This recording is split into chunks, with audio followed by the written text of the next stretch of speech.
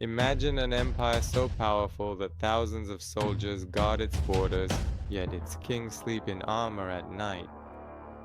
Not because of an army's attack, not because of a widespread rebellion, but simply because of a name, the name of a man who lived in a castle atop a mountain. They said if he decided, by tomorrow morning one of your closest people would no longer be alive. He had no army, no flag, no country, but he made the powerful Seljuk Empire tremble from within. This is the story of Hassan-i Sabbah, a man who moved war from the battlefield into the minds of men and was perhaps the first to realize that fear could be a system. In the 11th century, the Middle East is under the rule of the Seljuk Empire, a government with massive armies, a vast administrative system and power that seemingly appears unchallenged. But behind this solid facade, cracks have formed.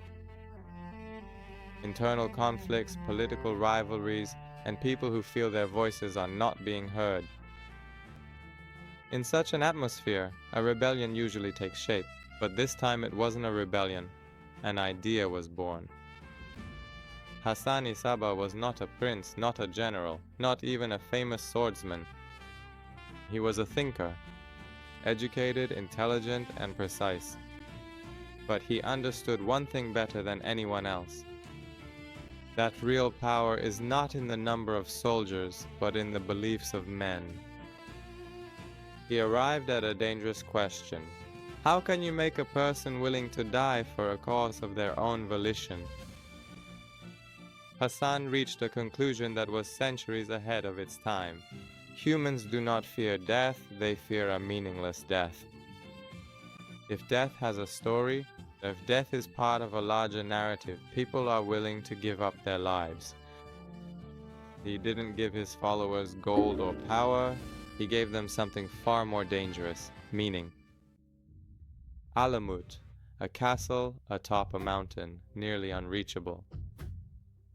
Hassan didn't take it by war, he took it through influence and patience. He took it from within, and from that moment Alamut was no longer just a military fortress.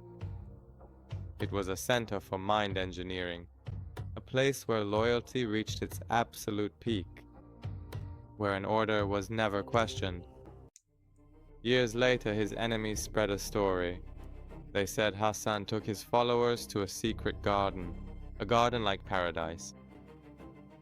They said he gave them hashish, and when they woke up, they thought they'd been to paradise, and to return to that paradise, they were willing to carry out any order. But the question is, was this reality or his enemies' propaganda to terrify the world? No one knows for sure, and that's what makes the legend even more powerful. Hassan didn't declare war, he sent messages. Sometimes a dagger by a commander's pillow, sometimes a precise strike in the busiest part of the city.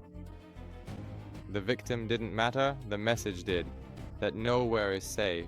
And suddenly an empire with thousands of soldiers felt weak against a few loyal men. Ministers doubted their closest associates. Commanders slept in their armor. Mistrust spread like a virus.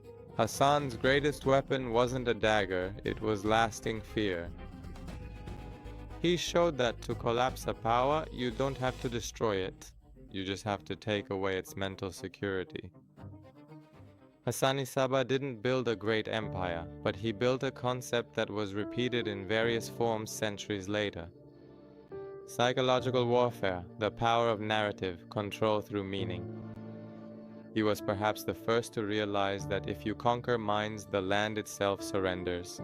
And perhaps the scariest part of the story is that this method never went away. Only its name changed. Now the real question isn't whether Hassan-i Sabbah was a hero or a monster. The question is, if you could change the world with one idea, where would your limit be? How far would you go? If this story made you pause for a moment, if you felt that history is more complex than you thought, this is where you should be. Please take a moment to write your opinion, and if you feel ready to confront the darkest and truest forgotten stories of the East, then stay with us.